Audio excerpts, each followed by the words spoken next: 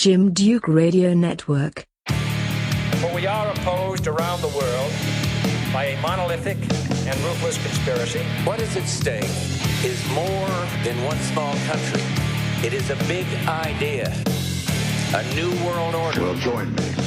I'm going to sit here at the right hand of Satan. My website is jimdukeperspective.com, and that's where you can check our home plate, our home base. But you can listen to the podcast on any of your favorite apps, and you can listen to it on the Spreaker.com host or any place, iTunes, Apple, Google, iHeartRadio. How's it going, Darren? Jim, I'm doing real good. Thanks. How about yourself? All right. I'm better than last week. My mouth is a little bit better. Oh, yeah, that's great. That's improving, huh? Yeah. I had to good. go through some things to get it adjusted, but I had a cold on top of it. I wasn't in good shape last week. So anyway, I wanted to look at the collapse of the Industrial Revolution. For anybody that's tracking us, we've been kind of highlighting things that are going on at the WEF with the infamous Klaus Schwab and his Great Reset. And then you got Biden with the Build Back Better. He's only a puppet for the Americanized version of it.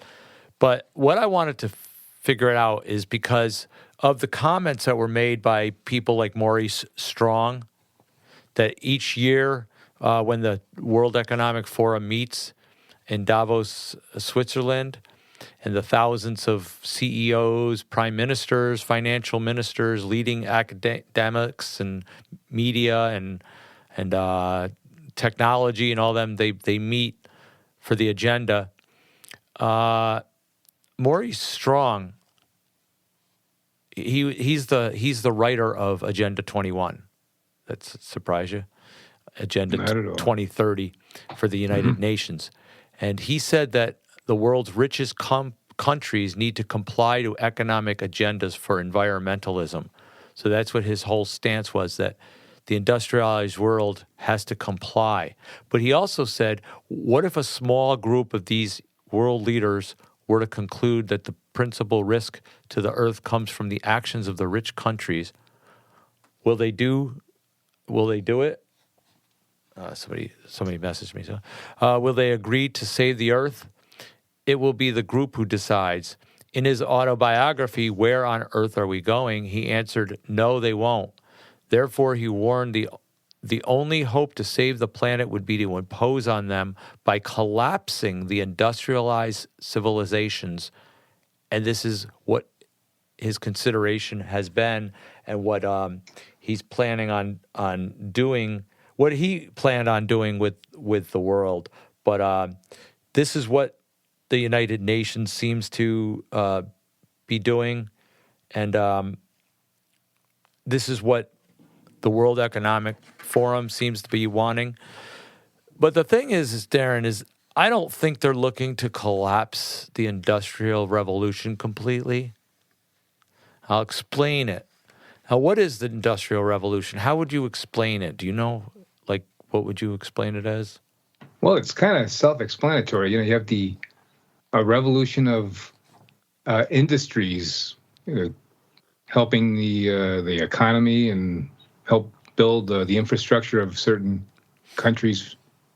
Yeah, exactly. It was innovation, machinery, technology to assist humanity in productions. It was in the 1800s, mostly, that brought the corporate backing, rebuilding, and influencing society.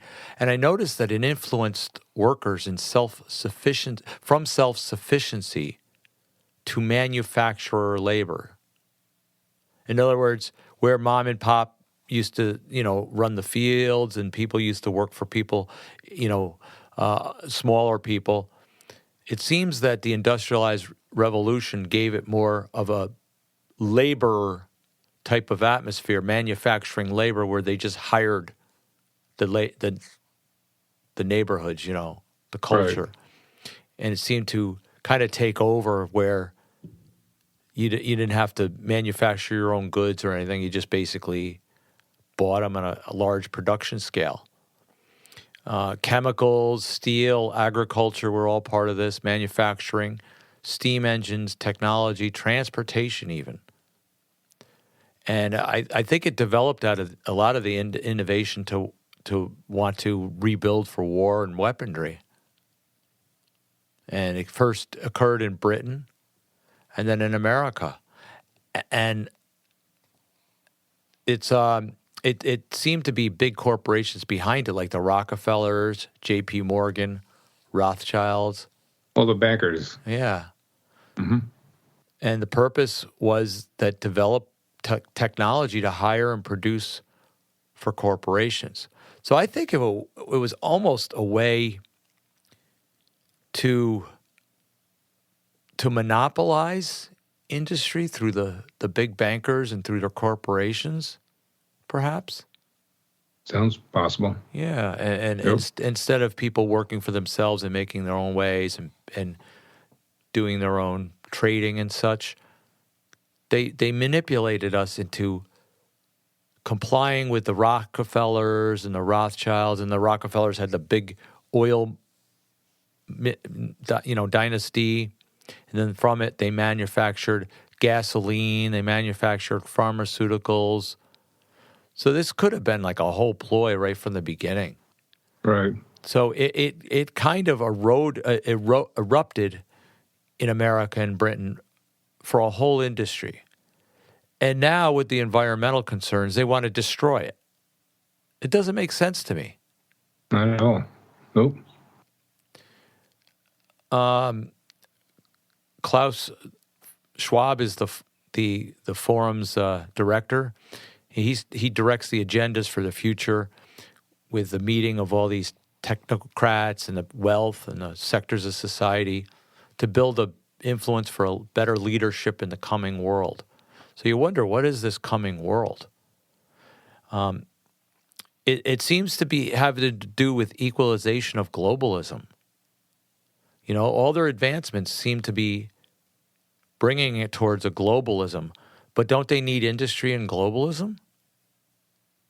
You would think so. You would think so. But they talk about almost like demising it or collapsing the advancement for globalization. But it doesn't seem right. The worldwide communism is thought to be better than an individual capitalism. And this is where the theory is the good of the whole is more important than the good of the individuals or the rights of the individuals. So this whole globalism ends up to be the factor, the goal, it seems. Now, it's imploding from inside rather than outside, though. It seems to be not like an outside influence. You'd think like they would use methods of war or reining in rogue, leaders. That's what war does. It reins in rogue leaders in their countries. But basically, their best work is when they infiltrate it from inside through politics and control and economy. The policies and control in the economy and then the regulations through the environmentalism seem to be controlling this thing. And the CFR, we know, was an agency that got the ball rolling from inside the sectors since they couldn't get compliance from the agencies. They used the CFR to develop a membership of sectors of society to slowly spoon-feed socialism. But they weren't happy with that. So now they have this great reset, which is an ultimate plan to get everybody on the same page to reset the environment, the economy, the living conditions, and social life. And remember the motto, you won't have any privacy, you won't own anything, but you'll be happy. It doesn't seem like what we want. It's communism. That's exactly what it is. You put these thoughts in our head, interjecting, so we kind of just accept it. Yeah, and they've been doing that through the education system. Since the turn of the century, we know that because we have the documents and the testimonies from those that were in the Reese Commission, Reese Committee, who said that they admitted the foundations that were run by the elite bankers, they admitted that their whole goal was globalism. Now, if their goal was globalism and they were the heads of industrialism, You'd think that the two would collapse or collide, but they don't, because they have.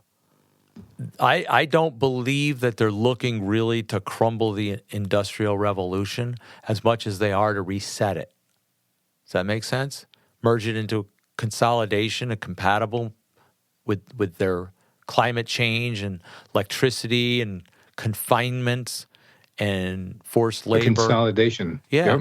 And with the healthcare, under tight monitoring, DNA collection and monitoring, so that they can have a tighter collection of our health. And I think that it's not a collapse of the industrialized civilization as we would think, or as we think they're telling us. I think it's just a revolution of it, and their revolution of it to bring it, merging it with their New World Order. And they've already started with the electricity and with the, regulations of environment, and then confinements. They're talking about corralling us into smart cities. And the narrative doesn't deny it. It's the WEF says it's about bringing people together, but the video that supports these things or say things like capitalism as we know it is dead. And it shows, there's memes that show it, tombstones, capitalism, rest in peace, 2020. And, that correlates with the pandemic. So it was almost an attack on capitalism. Now, they're capitalists, but they don't want the system run on capitalism. They want it run on socialism, globalism, because it increases their power and their control over the earth on their means. They want us socialized so that we are the bottom feeders that are basically regulated. And did you hear they want synthesized food now? Oh, it's ridiculous. Yep. Yeah. Synthetic meat and everything. Did you see the printer? They had this printer. It's a 3D printer. And they were showing Netanyahu sampling it. And they said, you want a steak? Program what steak you want. And the 3D printer will print you a synthetic steak. Wow. Would you like some fish to go with that? And it prints you a fish. These are like what we saw. Do you remember the Jetsons? I do. I remember. Where it just opens up and the food comes out? Oh, all right. Predictive programming. Yeah. They were doing that back then. Wow. 50 years ahead of what they put out to us, Now, there's a list of 95 U.S. food manufacturing plants that were destroyed under the Biden administration. Nationwide food shortages that happened. And you remember all the plants that were destroyed in damaged fires? Accidental, quote, accidental. Mm-hmm. You wonder if these things are all related. If they wanted the shortage to have a hysteria, certain foods at your grocery store were temporarily low. And, they're trying to scare us into accepting this synthesized world, the synthesized virtual world, virtual foods. I mean, we have all these 95, at least, major food processing plants that were destroyed. A coincidence? I don't know. No. Just as they're talking about synthesizing our foods, having electricity. Do you know that it costs more energy for the electric? It's less efficient than power sources. Oh, absolutely. Just like the electric cars, you figure the batteries, what it consumes in terms of, the overall carbon footprint in relation to the standard car. I forget how many times more inefficient it is, but anyway, it's... Yeah, then you got to get rid of the batteries. How are you going to do that if you don't want any waste? These people don't think it all out, I don't think. And what about, did you hear the White House recently reported that it has an openness to manipulating sunlight to prevent climate change? They want to block out the sun. Wow. To save the earth from climate change. Are you serious? Are these people idiots? They're tampering possessed with nature. Yep. They're putting us in jeopardy. Not only shouldn't you take this seriously, but if they're seriously doing this, we should be putting them on trial. Absolutely. But who's going to try them? Because all our court system is corrupt as they are. You got to get an outside tribunal, but even those don't get any legs because you have to have a representative. Do you know it only takes one representative to approach the UN with petitions? Really? I didn't know that. And you can't find that person. Nobody will represent us. And if it kind of tells you something, doesn't it? That even a Republican isn't there to support against all this stuff. What does that tell you about the system? It's all one party, corrupt, controlled. And, yeah. Yeah. Because otherwise, why aren't the Republicans they'll speak a good game, but then when they have a majority, guess what they do? They have division. They divide. They can't figure it out. That's on purpose because they're double-minded. The Bible say about double-mindedness. They're double-minded. A double-minded man is unstable in all his ways. He should not expect to receive anything of the Lord. So how can they represent us when, we're all for, the conservatives, and then when they're a majority, they go, well, we don't really know what we can do here, and they just fold. It shows they have no power. They cater to the Democrat, socialist, communists, the globalists. Mm-hmm. And then remember when de Blasio had that trial to ban glass skyscrapers? No, I didn't hear about that one. Oh, yeah. He wanted to announce the city's plan to ban all new construction with of inefficient skyscrapers, anything that was made of glass. They wanted to rip down to reduce the largest cause of greenhouse gases in the city, glass buildings. They were going to prohibit any new buildings. You'd get a fine if you build any new buildings with windows. Oh, okay. I do remember that now. Yes. Yeah. And then they wanted to work on a plan to get rid of the ones that are there. Are you kidding me? Reconstruct New York City? Are you guys idiots? And I know, here I am calling them idiots, Darren, asking them if they're idiots. And they're far, far from this podcast. They don't listen to this podcast.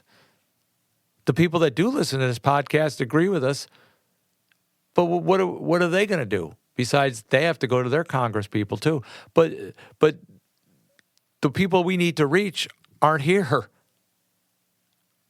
I mean, I love preaching to the choir and letting you know what the agendas are, what they're working on, what they're doing. But that doesn't help us get the message through to people because de Blasio isn't listening to my podcast. Somebody's got to show him my podcast that I called him an idiot, right? Makes sense. Yeah. I mean, give me his number. I'll tell him. I know. Now, the Rothschilds may be listening to us. I don't know. We had a bunch of hits listeners in the city of London at one time.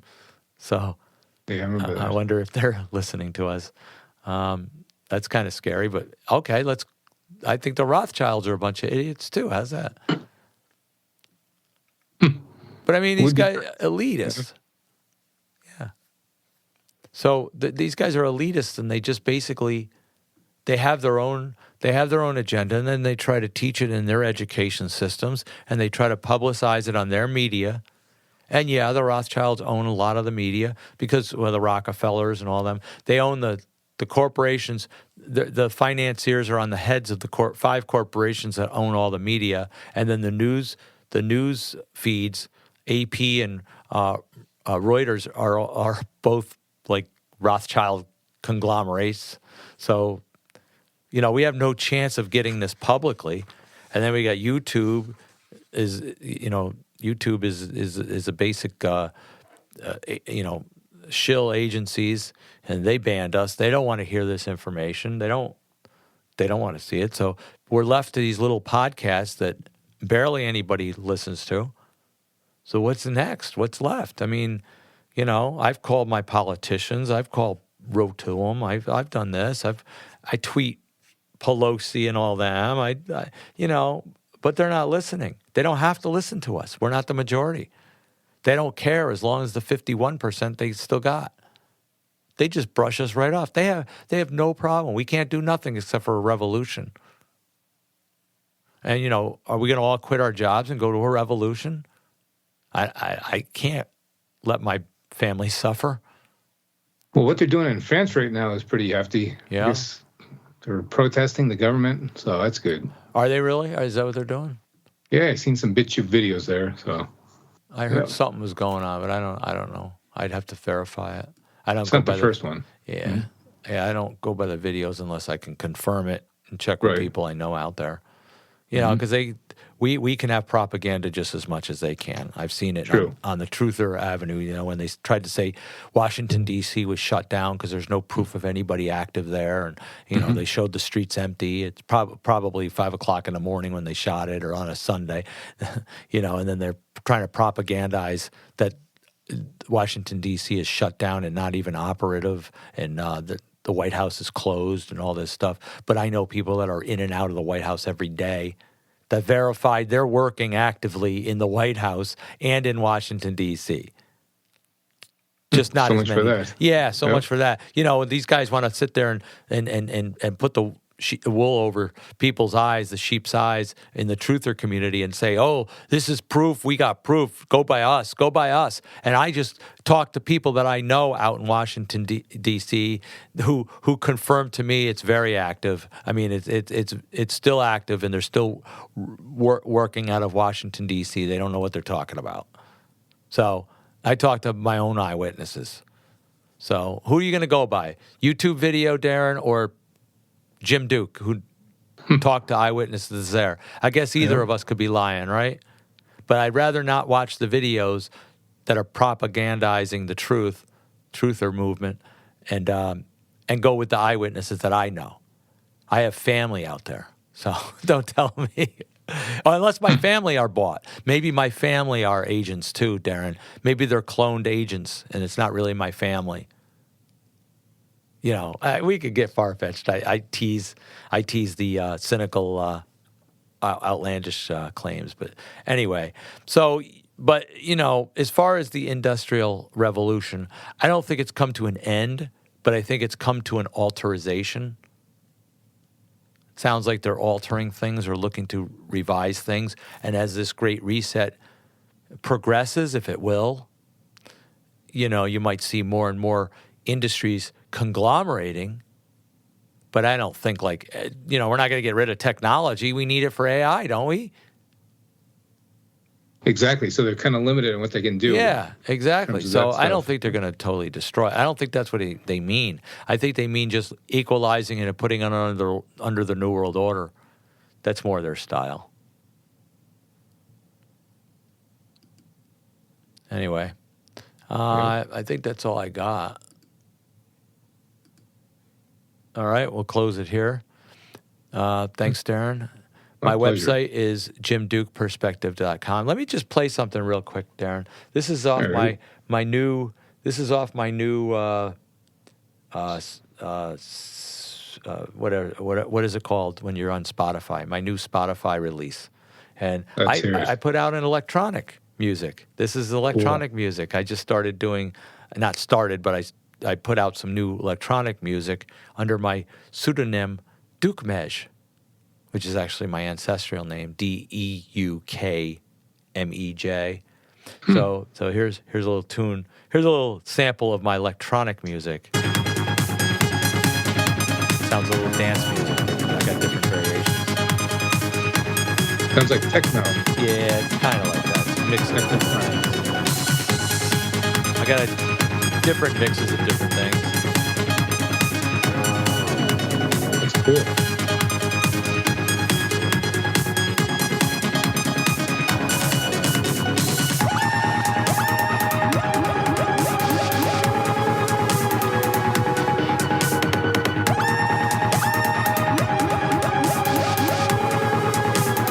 So there's a little sample of that, and then I got a couple different variations of tunes. I'll play them some time. Well, let me just play this one real quick. Yeah, let's hear it.